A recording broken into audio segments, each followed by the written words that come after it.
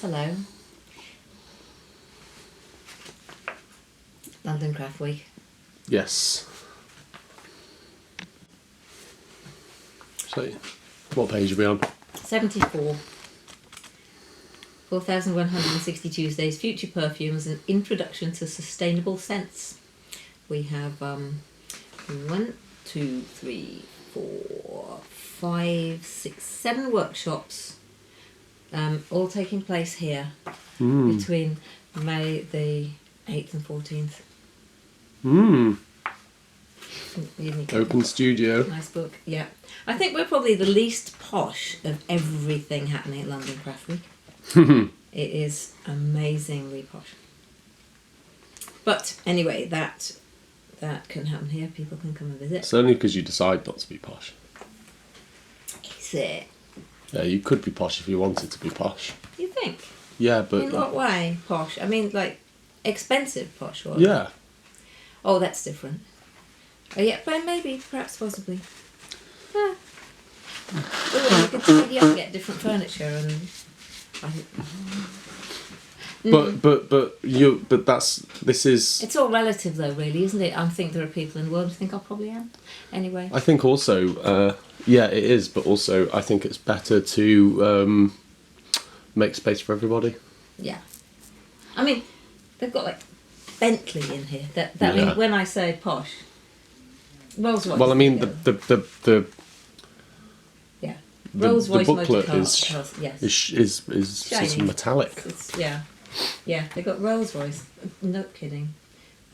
Jorg Jensen. Yeah. Bentley. John Smedley. Yes. It's Anyway. pretty cool, isn't it, though, London Craft Week? London Craft Week is cool.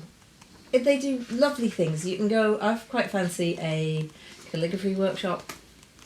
Yeah. In order to hone my writing skills. Yes. But yes, so that's happening next month. So we have to keep tidy. So I must remember to put stuff away. Cool. I'm on the squeaky chair. I'm going to do some of these things. Yeah, do some of these things. It's, put it this way, it's not your average craft fair. London Craft Week. It's different kinds of crafts, but yeah. We have a few perfumers in there, but not all of them actually make perfume in London. I want to go to the history of the egg chair. That sounds good. It's just a celebration of the egg chair. Yeah, that you should definitely But do. the thing I most want to come to Yeah. is perfume making at 4,160 Tuesdays. Well then, Arthur, you can. And what's more, I just looked in the WhatsApp and you'd sent me a formula that you want to make. We should do that. Yeah. We should do that. We should do it next week. Do it whenever you want. Okay. If you want. Oh yes. I had a thought. I was like, oh, I know quite a lot of ingredients now. Yes. And I also know lots of things that I don't know the ingredients for. I thought it could be fun. And what I really liked is that you organised it in planets as well. Yes. Yeah. Of course. I was happy about that. So first of all, I would like you to smell A Flame in Your Heart, because Yes, please. we've sort of brought it out. You know, we don't do big launches. Mm-hmm. We just, when ships are launched, they don't really launch them that day. They've already launched them to check that they're all fine. Then they bring them back to have the... Do people even still smash champagne bottles? Do people I think they still build ships in the UK? Oh, I don't know about I that. used to go and watch There ship you go. launches on the Tyne. So, A Flame in Your Heart. Oh, wow. Thank you. I decided that the single thing that makes fragrances absolutely irresistible is Cocoa Absolute. So I've put quite a lot in this. Yeah. I had to dig it out with a spoon, which I think is a line. It's very from Robin chocolatey. Hood, Prince of Thieves. It's got many other balsams in it. Yeah, it's like Resins and Yeah, wow. Very resinous. Very, yes.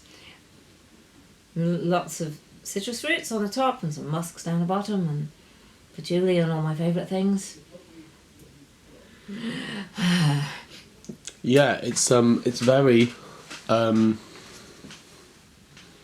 it smells like someone has been melting a load of chocolate in a big, massive industrial pot above an open fire. Mm-hmm. And then they've taken all the chocolate out. And then this is the bottom of the pan. Yeah. With the woods next to the fire that I haven't burnt yet, and it's not that smoky, even though it's called a flame in your heart. It's not smoky. It's warm. It's very warm. It's extremely warm. That's the plan, is that it doesn't fill the room. It doesn't overwhelm. It just, when you get close to somebody who's wearing it, it's from a song. I don't want to set the world on fire. I just want to start a flame in your heart. So it's not broadcasting perfume. It's narrowcasting. Yeah. It is a spiced amber. It is. And that's sort of, and we're leading towards what we want to talk about today, which is how perfumes were made before perfumes started to be made with 4 clouds. Mm-hmm.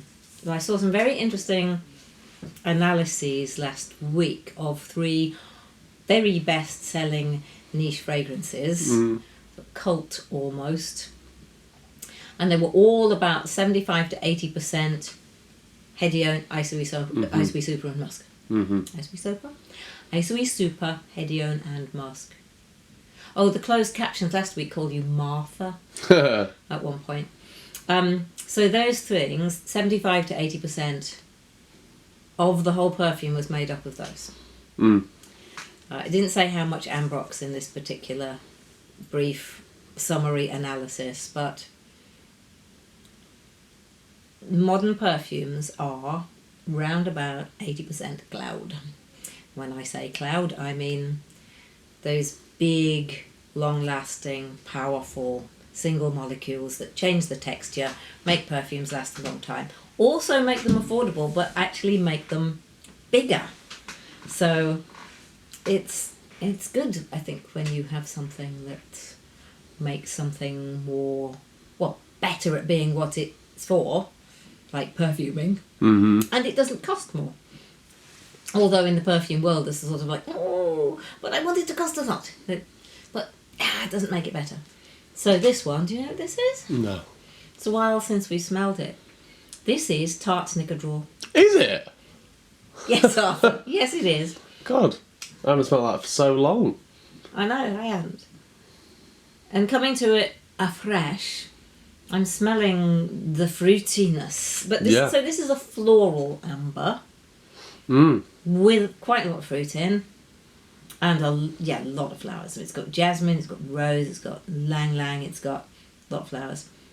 And this is very much of the style from before people made perfumes with big quantities of cloud materials. And that's why I wanted that. Getting very emphatic with my scent strips today. That's why I wanted to smell it, because that's what I want to talk about. So Flame in Your Heart is like that. Tarte Snickerdoodle is like that. And while we're on Complicated Shadows, well, 2 of those are named after songs. Tarte Snickerdoodle is not. It's in honour of my grandma. Yes. This very different. We smell it. It smells much more kind of stark. It's much less. Oh, yeah. Like I say, it's drier and more less approachable. Complicated Shadows. You get the feeling it's quite a difficult sort of a person, and yet worth getting to know. Challenging. No, sorry, I interrupted you. You said well, and I just kept talking. No, I agree. Carry on. What? I don't know what I was going to say. I think that this is the kind of thing that you'd smell and go, smell someone wearing this and go, what are you wearing? It's really good. What's really interesting to me, after smelling the ambers with quite a lot of vanillin and the balsams in there. I mean, there are some in here, but the lavender leapt out at me today from Complicated Shadows. Could you pass me the bottle, please? Yes. Thanks. The lavender and the iris, the greyness, the clouds. Arthur is wearing Complicated Shadows today. Yes. It smells more mauve to me today. But again, this is one of those fragrances which has a lot of stuff in it. Mm-hmm. So, I mean, modern ones can have a lot of things in them, but they tend to be small quantities of a lot of things, and then 4 or 5 biggies. Mm-hmm. Maybe even just 1 or 2 biggies. So I might even make a thing. But we might start with some experiment. I'm going to turn the buzzy noise off the phone. Because what used to happen was that, perfume used to be expensive. Mm-hmm. And then there were copies of it made and they cost less. They're still happening. I mean, big time, serious amounts of copying expensive stuff more cheaply. Yeah. And the way you do that is you miss out the expensive parts. For me, I think if you miss out the absolutes, you rip the soul from a fragrance. So, but you're missing them out. But what are you replacing that with?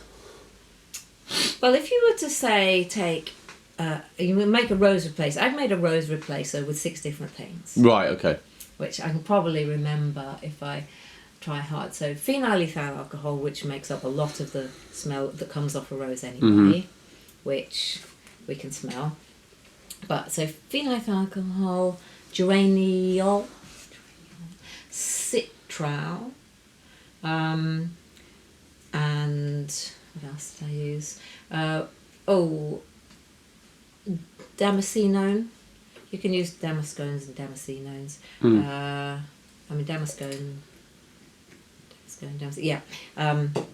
There are different ones.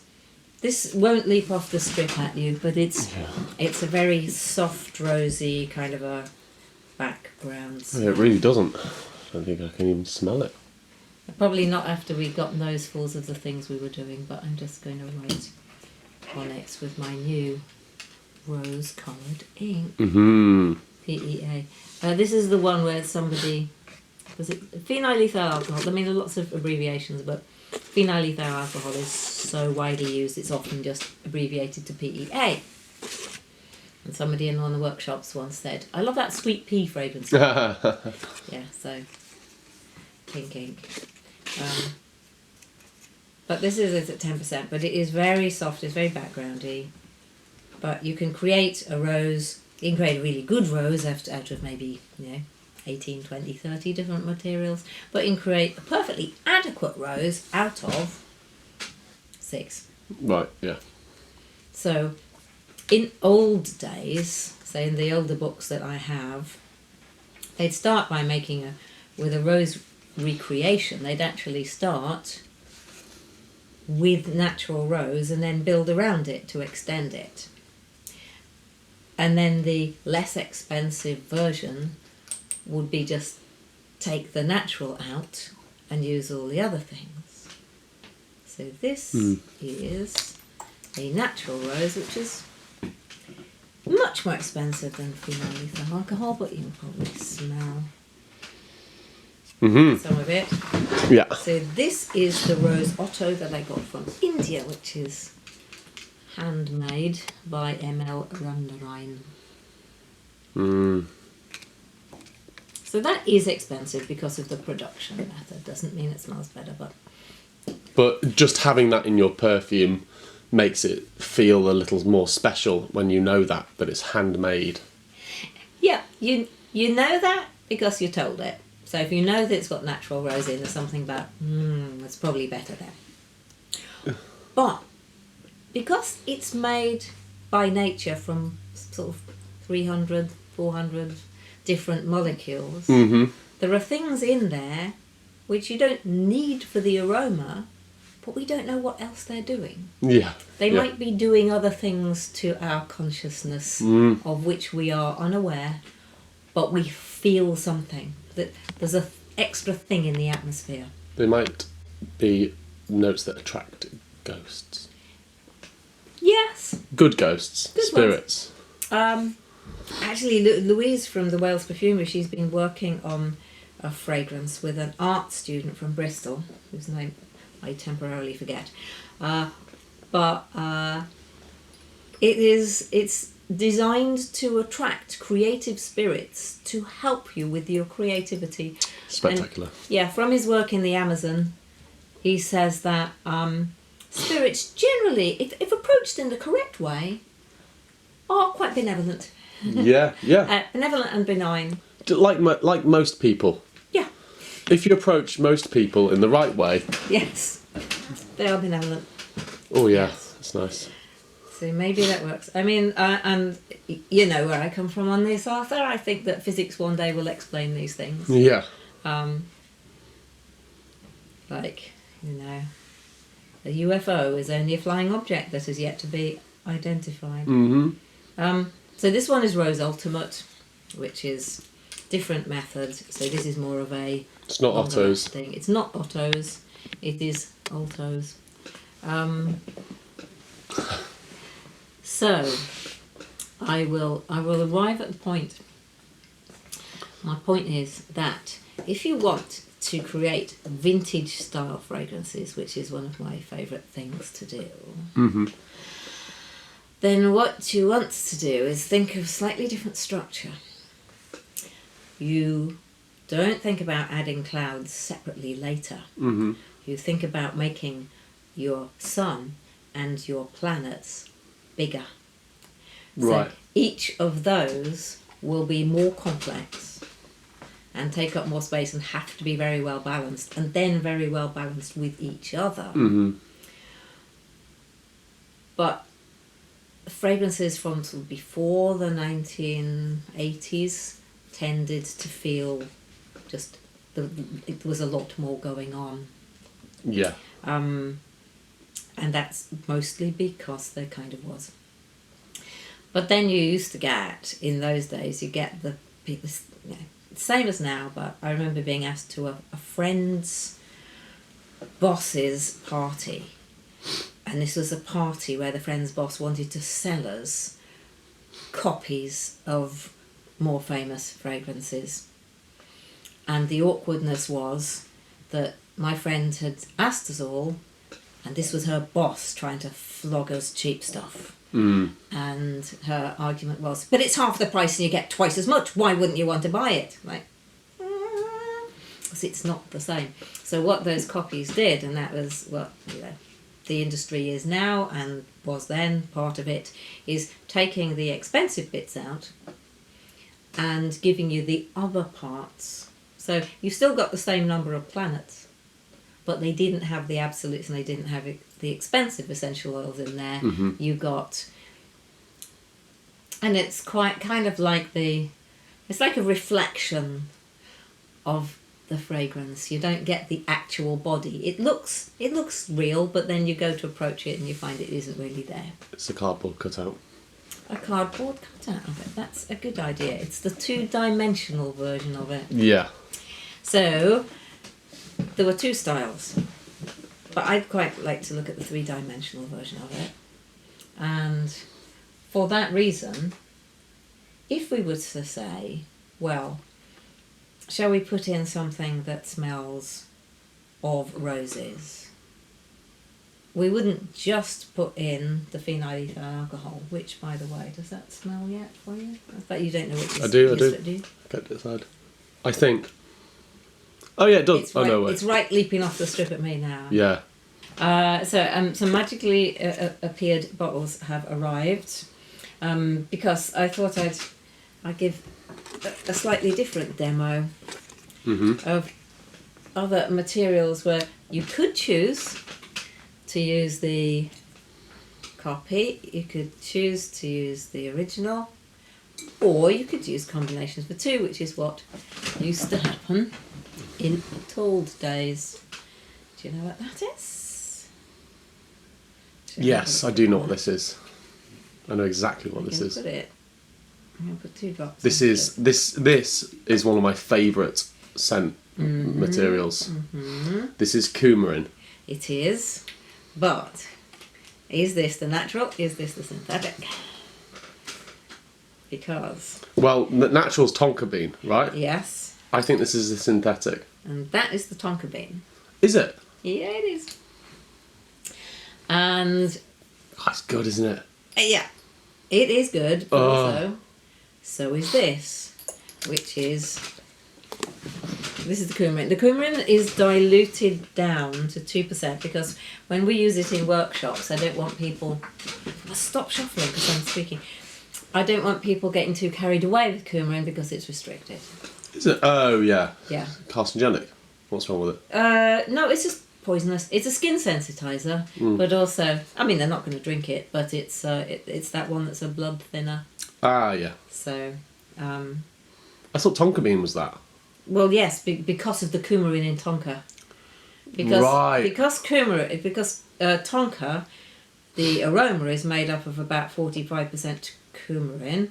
So in tonka beans, there's one heck of a lot of coumarin, and that's why tonka beans are banned in California in case people accidentally go eat one. And it's not nice having accidentally thinning your blood. We're tonka beans, are they from Madagascar? The ones I have are from Mexico. I think originally they're probably grown in Madagascar now as well, because Madagascar just became a What are they used for other than perfume? flavouring. Flavouring. Yeah.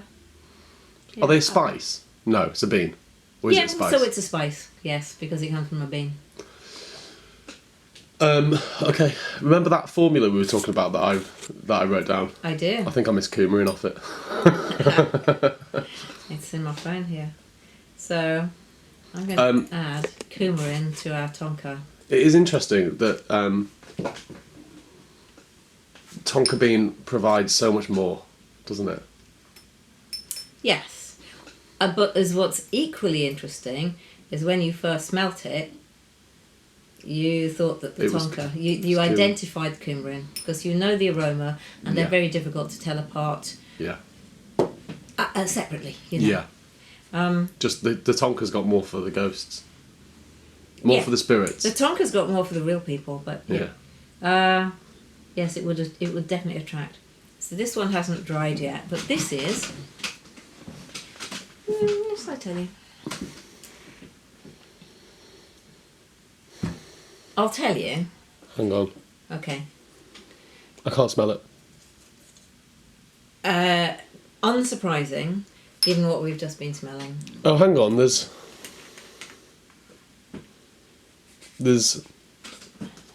I can smell some kind of wood shavings in the back of it. Like a really low amount. Maybe I'm just smelling the paper. Possibly. I don't know what it That is. made out of Can't wood smell it. shavings. Okay, it's bicyclononolactone, which Yes. smells like tonka Right, okay. a bit, and it is safer and biodegradable, so it's being used as a coumarin replacement. But coumarin, being a crystal, is actually stickier and it seems to persist for longer. I mean, that as a coumarin replacement is like... it's the difference between full-fat Coca-Cola out of a glass bottle and Coke Zero out of a plastic bottle. Yeah. So it's not quite there yet, but I use it for things. It feels like more of a cloud. Yeah, it does, doesn't it? That's the thing about lactones. Quite often they do. It's very spacious. Yes. Oh, that's really great. It is nice, isn't it? It's got some coumarin in it, but I didn't tell This you what is- it is yet. Can you give me a like a category? Is it a balsam? No, it's It's very a wood. difficult to say what. I'm not quite sure which category it's in, but it goes with nonny nonny no. Do you mean to say it rhymes with that? No, it always goes with it. I'm sorry, you're gonna hate me. It's hay. Right. Okay. Hey, nonny nonny no. Hey, nonny nonny no. Hey, nonny nonny Yeah. no. Okay. Hey, nonny nonny no. It does. Lovers love the spring. Yeah, I'm sorry. Yeah, it's very I'm hay-y, sorry, it's isn't it? hay. It is very hay-y because it's hay. So I was just going to look up the formula, but that's got coumarin in it as well. But do you smell how sort of tobacco-y it is as well? Very much so. Yeah. Yeah, there must be something. So what I'm busy creating here is a coumarin-ish, tonka-ish fragrance. So it's going to put one God, drop. that sounds absolutely wonderful. Yeah, it's currently not. I mean, by It's currently not I'm working. just thinking. No, it's currently probably. I was about to say not legal. No, it would. I would have to. No, if it had a lot of bicyclone nolactone in it, it would be fine. But so this here is so just in drops. So it's just A sketch. an average. Yes. So it's 2 drops of tonka at 5%, 2 drops of coumarin at 2%, 2 drops of bicyclone nonalactone at 10%, 1 drop of hay at 5% in ethanol. So if I wanted to make myself a proper old style vintage coumarin-y tonkery planet, I'd do all of that. If I wanted to go the less expensive version, I'd go straight with coumarin. And if I wanted it modern and serious quantities of it, I'll go straight with bicyclone nonalactone. But why have you used all 3? Haha, 4 indeed. Tonka, coumarin, bicyclone nonalactone. Oh, they all and contain hay. coumarin. Well, Yeah. It apart is. from bicyclone nonlactone doesn't have coumarin in. It's true, but it's a coumarin sort of booster. It's a tonka booster. Coumarin booster. I used all 4 of them to demonstrate what would have happened in the days before modern perfumery, and I say modern, that's we're talking about the last 40 years. So mid-century perfumery, what would people have done? Would have spent, probably spent a good deal longer than this balancing out a lovely tonka planet made of the naturals plus synthetics to extend it. And then would have taken this and then gone with the rose one, which would be Rose Absolute, Rose Otto, phenyl ethyl alcohol, citronellol, geraniol, a little bit of citral, tiny bit of a damascone or several, to make the rose. So the formulas ended up being quite long and complicated because they had so many things in them in order to make those individual accords. Okay, yeah. And that, see, that's what we're going to be doing in the month of May on Scenthusiasm. So that's what I'm warning people about. So it's almost like what you need to do is, by adding so many things, you need to fill in the gaps that are left by having very prominent smells. It's almost like you've got to I would say round them off by filling them up. that'll do as a metaphor for me at the moment. Yeah, there were fewer spaces in them, but nevertheless they weren't going to smell. They still had to smell lovely. So I had to make them smell lovely. So a lot of delicate balancing was required of these small amounts of lovely things in order to get a rose that then smelt natural again, a tonka that smelt just like tonka, but wouldn't fall apart when you put the two of them together. You're still going to get something that sort of melded and smelled like a lovely thing. I know I always say take the shortest route to get somewhere, and the shortest route to make something smell a lot better would be something like, add HEDIONE, give it lightness. But before HEDIONE was affordable, because it was around from the 1960s, but it was sort of the equivalent of, I mean, what happens these days that if you want to use the materials which are captives, they're or just out of patent, it's 10,000 a kilo, or you can't have them. Mm-hmm. And that's what HEDIONE was like in those days. You could only afford tiny amounts. These days you can put a lot in and poof, your fragrance goes light and airy. If in the 50s and 60s people wanted their fragrance to smell light and airy but still last, it just took a lot more work, a lot more tweaking, so that you put one little aromachemical in and suddenly we've struck airiness, or you put another aromachemical in and it would just go flat again. So the thing about HEDIONE Isoe Super, which I think was 1956, and it would have been expensive then, and some of the amazing musks we have now is that they just go, ha, fixed it, sorted you. And fragrances require different styles of work. I'm not going to say less work, Mm-hmm. but there's actually less time. Perfumers have less time these days to work on a perfume. Jean Carliot took 12 years to finish Sublime for Patou, and it is indeed sublime. Mm-hmm. But perfume cost a lot more, relatively speaking, in those days. Mm-hmm. You know, your bottle of 30 mils of your designer or your actual perfume house fragrance would cost a lot more of your salary than a bottle of perfume these days. Mm-hmm. And so the perfumers had a lot longer to work on them. Mm-hmm. And then there were a few of them about there. It was a whole different world. So if you want to delve into this world of vintage fragrances, then we're talking about not using, as I was saying at the beginning, 80% of the fragrance being made out of 3 or 4 things. But probably none of the fragrance would be more than 10% of something. Mm-hmm.